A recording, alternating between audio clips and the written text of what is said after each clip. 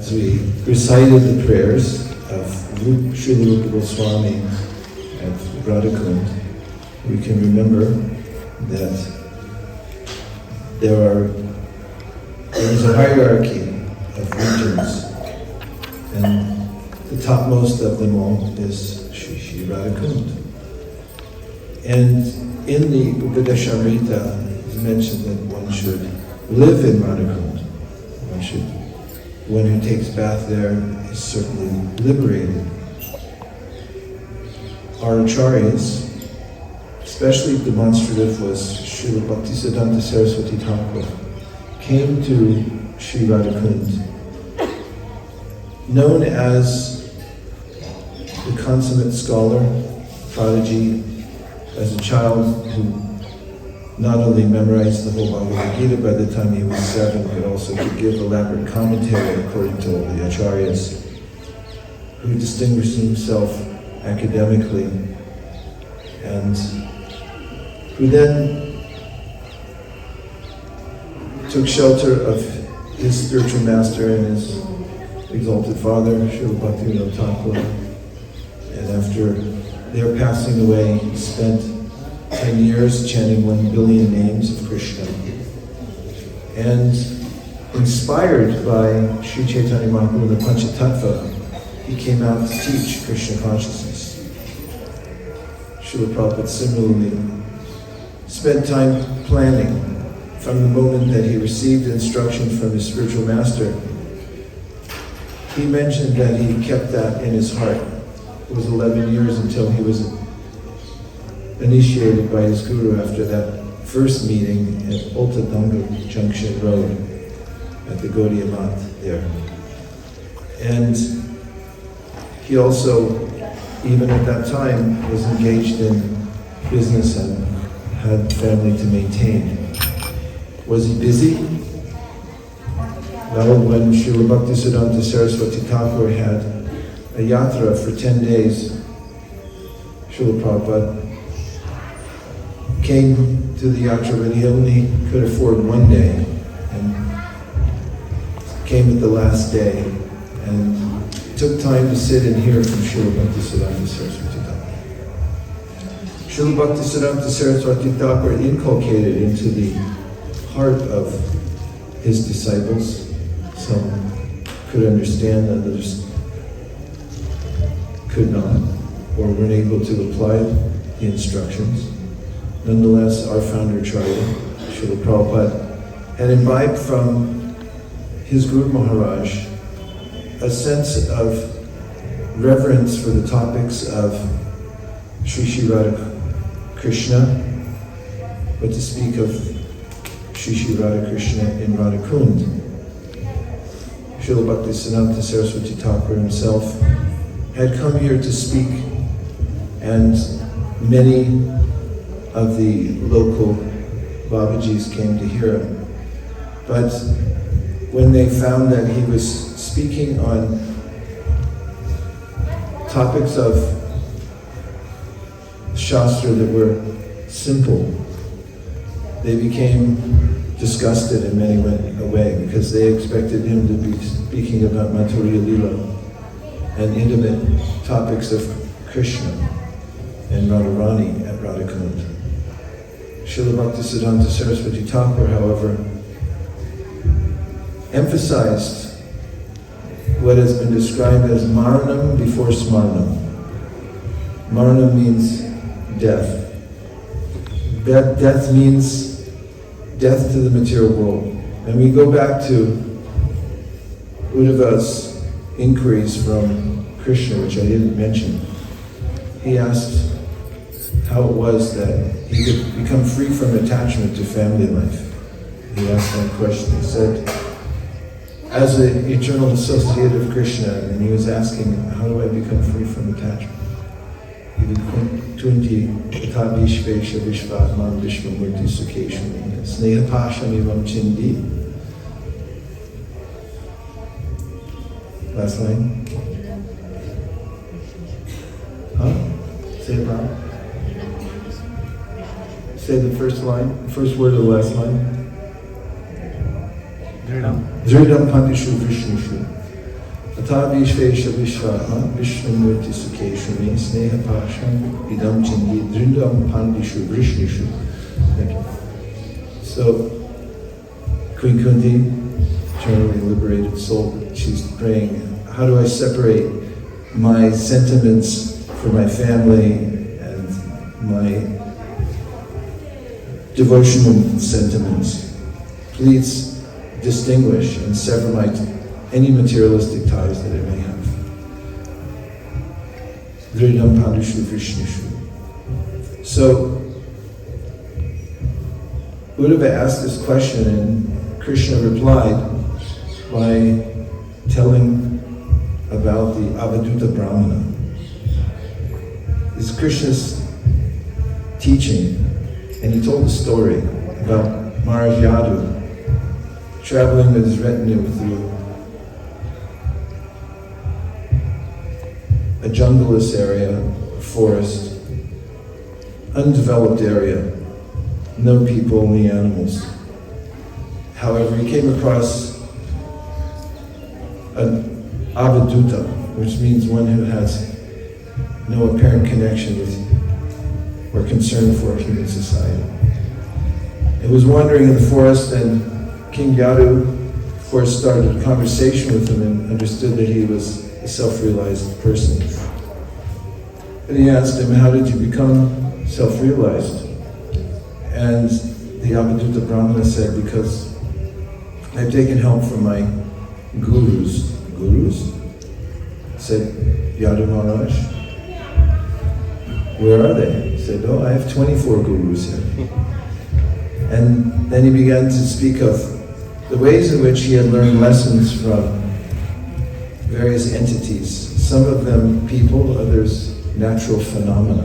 For instance, the mountain and the tree. He learned tolerance because trees are cut down, they're used for wood, but still they go on serving.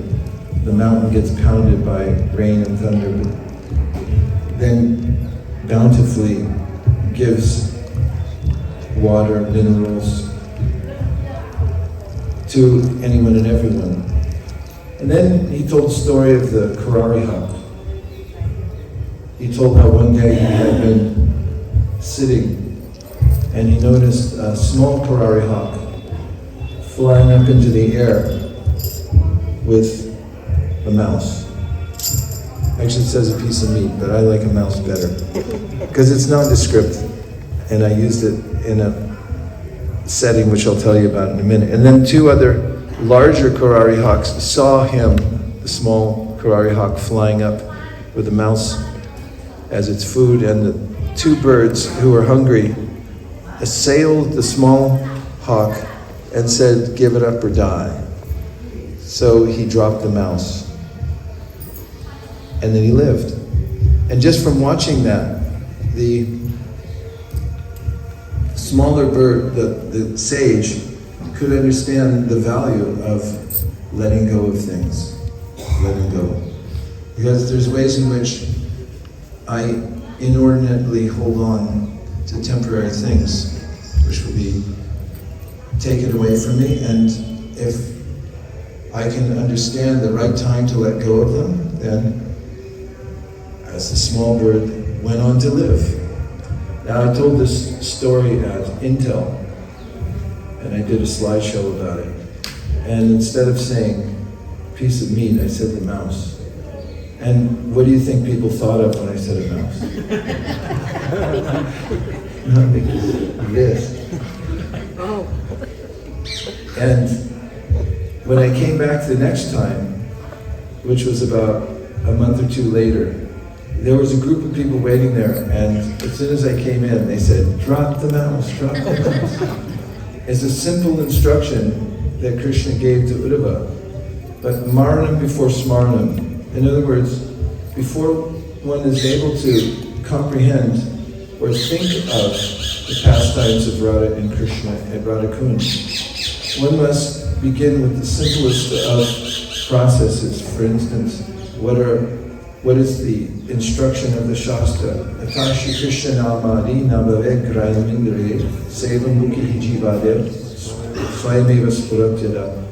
The yoga, it doesn't begin with coming to Rādhā-kuṇḍa and trying to remember Krishna and staying here.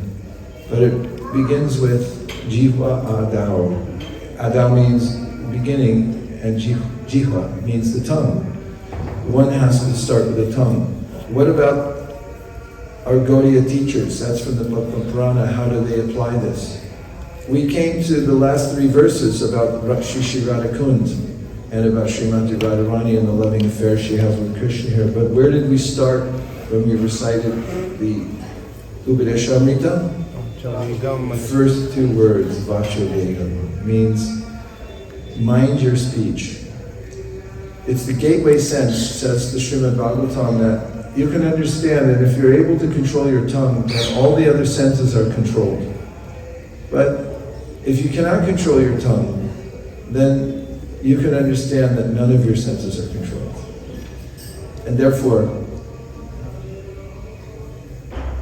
Rūpa Goswami emphasized, if you're able to control your tongue and control your other urges, the urges of the other senses, then you become free from the real masters of this world. Who are the masters of this world? Kamadinam katina katita palita durnideshas tesham jatamayina karnana trapano pashanti utsridaita mataya rupate samprata labda buddhis tamayata sharanam abhayam mamnikshva vedase. Prabhupada quotes this verse frequently. It's a devotee with a slight lament and then a joyful declaration. Would you like to lament a little bit? Does anybody here like to lament? Yes? You raise your hand so enthusiastically.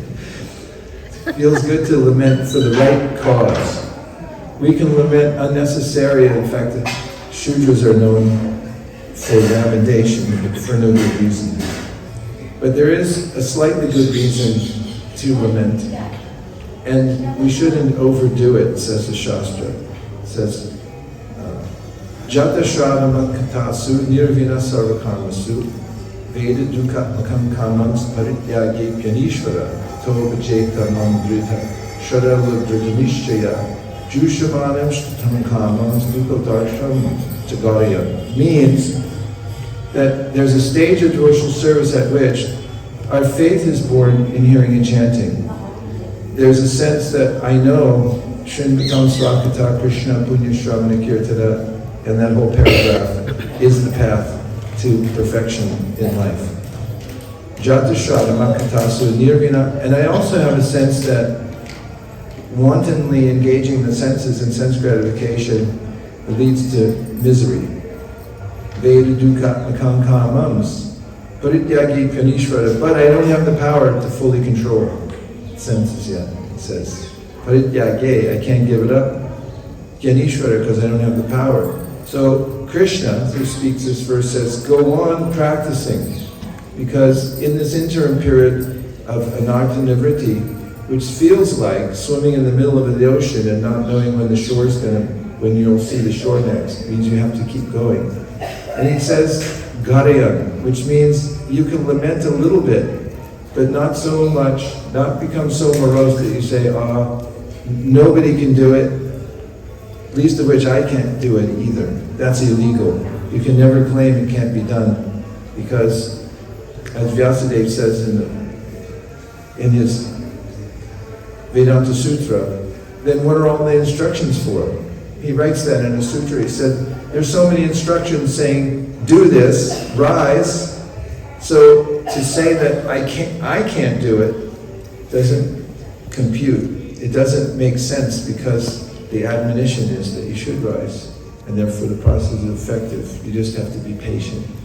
So grāhyam means lamentation, and kamadinam katina katita palita durnideshas means the lament is, for how long and how many ways have I obeyed the bad masters of my senses? They're bad senses, bad master, because they've never given me time off. Have your senses ever given you time off? No. They're always saying, go here, do this, look at that, eat this. And he says, they never gave me mercy. No time off, no mercy. And I simply obeyed them without any question. They were my masters. And then he says, now, by mercy, I have gained my intelligence. And he's saying, no mas, I'm not following these bad masters anymore. What am I going to do instead? I'm going to make Krishna my master instead. And I'm going to follow him. And this is the beginning of the path of devotional service. It can't be skipped over. In Los Angeles in 1975, when the Sri Chaitanya Charitamrita came out, Prabhupada worked painstakingly to bring out the Sri Chaitanya Charitamrita. And when it came, some devotees started looking through it and decided that they would invent their own process of devotional service. They would start at the end rather than the beginning. Why wait in line? Why go through a Nartya-nivritti? We'll simply go right to the pastimes of Rādhā and Kṛṣṇa at Rādhā-kuṇḍa, and we'll just live there. And they started a club called the Gopi Club. There were 30 or 40 men and 30 or 40 women in the club, and they eschewed, means they gave up, the reading of Bhagavad Gita because it was beneath them. And they would only look at the pastimes of Rādhā Krishna in the Sri Chaitanya Charitamrita. Prabhupada disbanded the club with warnings that this is not the way to advance in devotional service, because Maranam before Smaranam. First learn to control your tongue. First learn to control the urges of your senses. This is the gateway to being able to then make progress in devotional service. And prematurely walking into the topics without qualification, as is mentioned, Vikrititam Rajabadur Vijahancha Vishnu Shadhan Vitona Shunu Yadata Varna Yajya Bhaktim Param Bhagavate Pratilabhya Kama Hridrogam Ashpa Pahinam Yacharena Dira.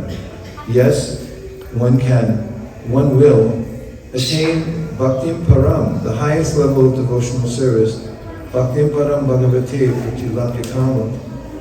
And one can also overcome the dread disease of the heart, lust. But Shraddhanvito, it must be done with the right context. And it has to be done by following the footsteps of the great acharyas. So we're very fortunate that Srila Bhaktisiddhanta Saraswati Thakur set the tone at Rādhā-kuṇḍa, not by jumping immediately to pastimes of Rādhā and Kṛṣṇa and Vrindavan, but talking about these basic topics, control the senses. And the backdrop made it even more clear that here he was in Rādhā-kuṇḍa speaking about the beginning steps in devotional service, which for those who are advancing in devotional service never get old. The more we practice deeply, the more we think of Dehi nosmin yata dehe as a very deep verse. Not that I've moved on from that.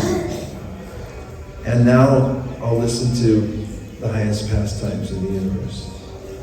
And Prabhupada added, when he disbanded the Gopi Bhava Club, however. He said, however, we do not boycott Śrīmatī Rādhārāṇī. It's not that we won't hear these things, but they have to be heard properly in the right mood. And when Srila Bhaktisiddhanta Saraswati Thakur moved from Ottadamka Junction Road to the temple at Bagh Bazaar, there's a big, huge new marble temple, and they were moving the deities, and they arranged for large chariots. He composed some verses for the devotees to sing on the way there. And the translation of those verses were that we keep the topics of Rādhā and Kṛṣṇa way above our heads, and we worship them from down here, not considering that we're qualified, but we're qualified only by being servants of the servants of the servants of the servants. And now we'll just take a couple of reflections or questions, because we gotta go. But you gotta be quick, otherwise I'll call on you. 5, 4, 3, yes. All right, Justin, Mataji. we'll give you a mic for free, thrown in for free.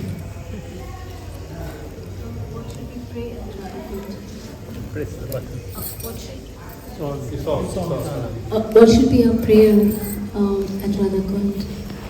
When you pray to Whenever I go to Rādhā-kuṇḍa, I always recite the Upadeśāmṛta. The way I appreciate chanting that is that Prabhupada gave it to us. There's a tendency to think, I'll go outside and find all kinds of different things.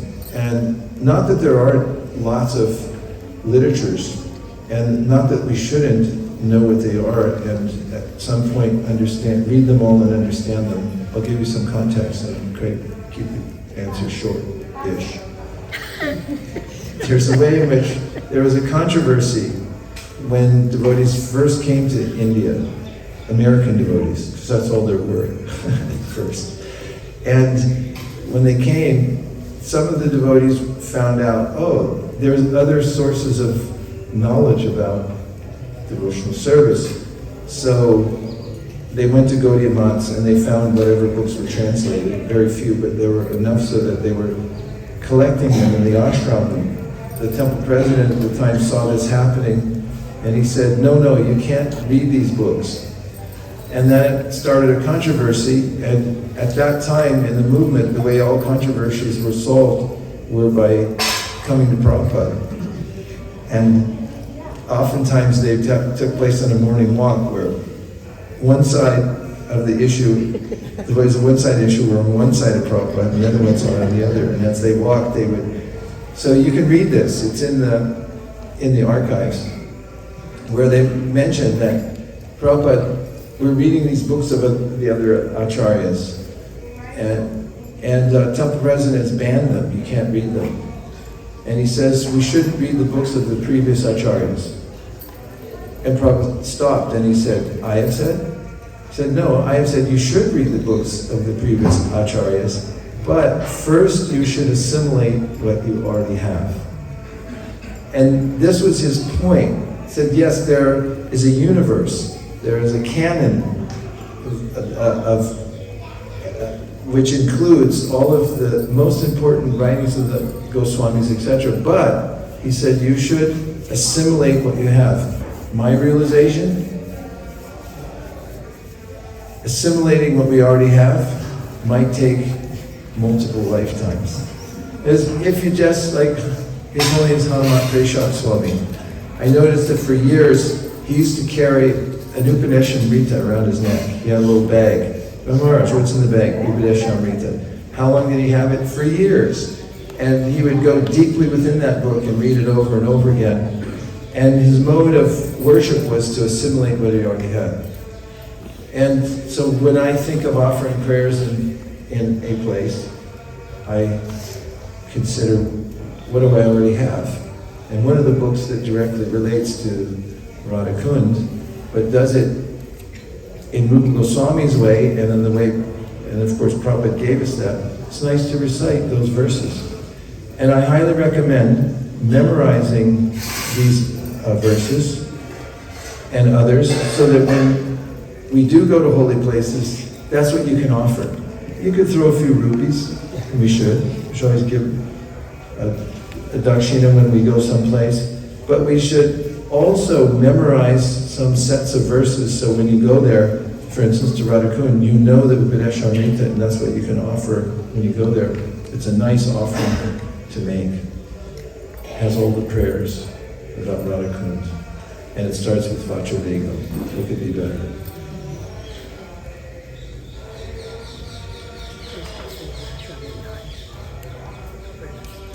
Are we going to breakfast now? That's good. I think we have one more stop. Okay. Dear Srila Prabhupada, dear Shri Chaitanya Mahaprabhu, Shri Panchatatra, Shri Rādhārāṇī Mohan, Shri Lakshmi Sringadeva, if you so desire, please help us drop the mouse and